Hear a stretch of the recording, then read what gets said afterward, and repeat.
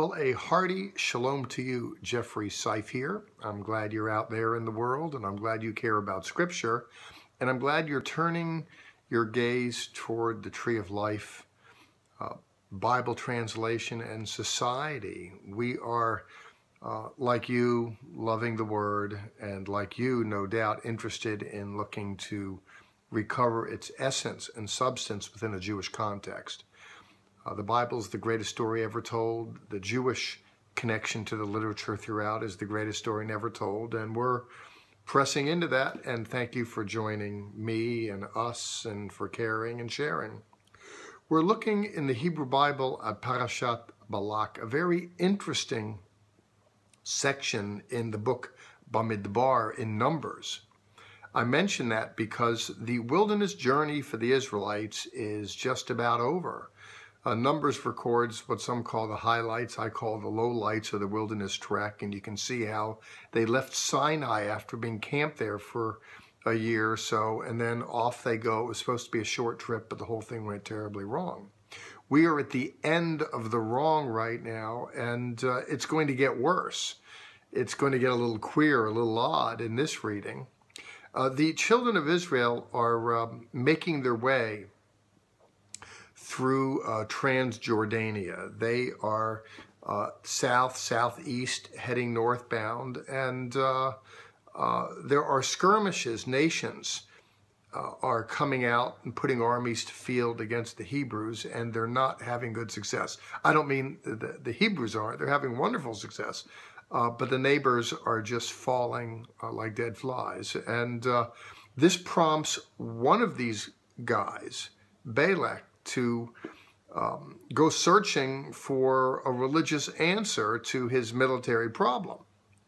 It wasn't at all uncommon in antiquity. You know, people are religious, they are superstitious religious, and, you know, they call forth their religious divines to pray over the armies, and then whoever wins the battle obviously has the strongest God. It's the way that it was perceived in antiquity, and Balak perceives that the Hebrews have a very strong God. So what he does is he contracts with a prophet for profit, a P-R-O-P-H-E-T prophet for profit, P-R-O-F-I-T. He pays him handsomely to come and curse the Hebrews, thinking that, you know, these other armies have gone out to field against the Hebrews and have been decisively defeated, and my army's no better than theirs. In fact, right now my army's quaking in fear. So he wants to take it to another level, and he looks to get involved in the spiritual warfare component. Let me get a religious gunslinger to come here and take care of business. See if we can do it like that. So that's what's at play here. And he contracts with this guy, Balaam, to come and give him a word, give him a curse. And Balaam does. But he does it with a condition. He says, listen, here's the gig. You know, I'm going to say whatever I got to say, and you can't control the words. Agreed. They come to terms, and he comes and pays, and he prays.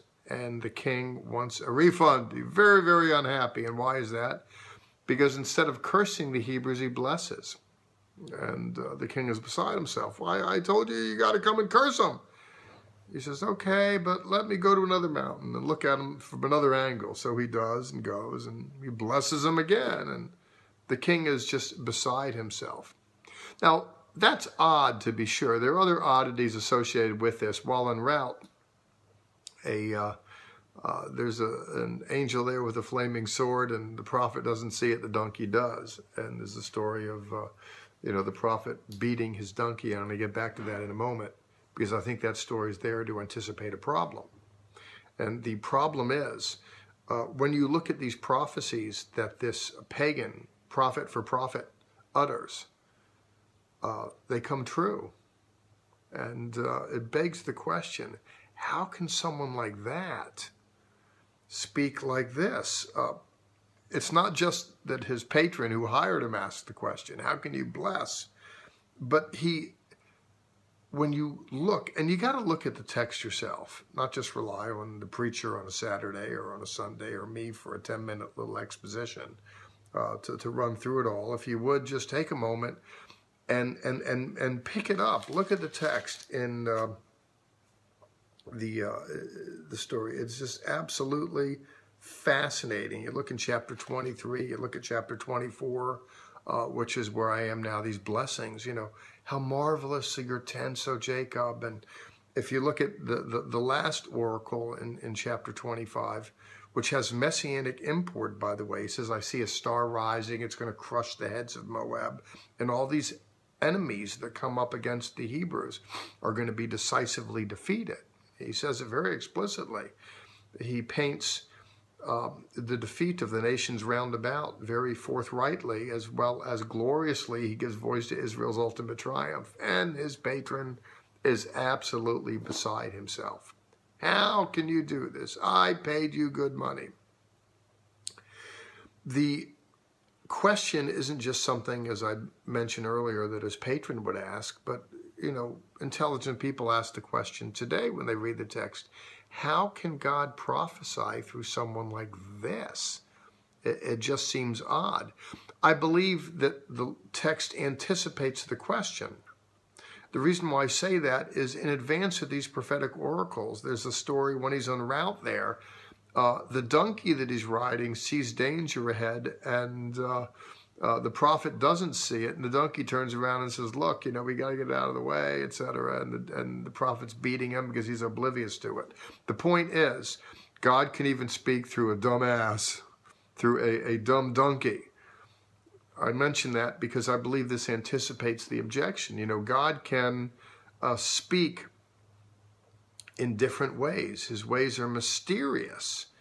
And to accomplish his purposes, he can just about do whatever he darn well pleases.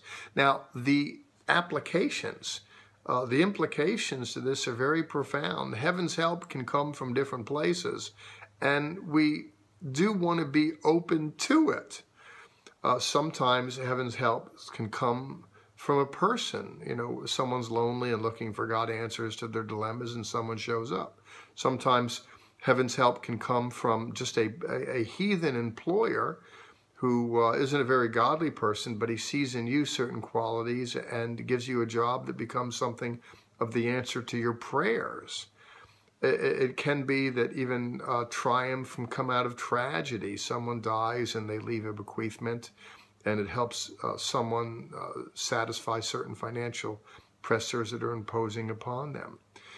The earth is a sphere, and you can be there on the ocean, and you can look out and see nothing. Just because you don't see something doesn't mean a vessel isn't coming your direction. All that it means is it's over the horizon, because the earth is curved and you can't see downward. You can only see out, straight out. I mention that because help can come from different places, and help can be on the way, and we don't even necessarily know it. But here's something we know, and as I close the book for today's little Torah study, we can know what the prophet said: no weapon formed against us shall prosper. We can know that our help comes from the Lord who made heaven and earth. We can know that God is watching over his word to perform it, and awesome are his ways.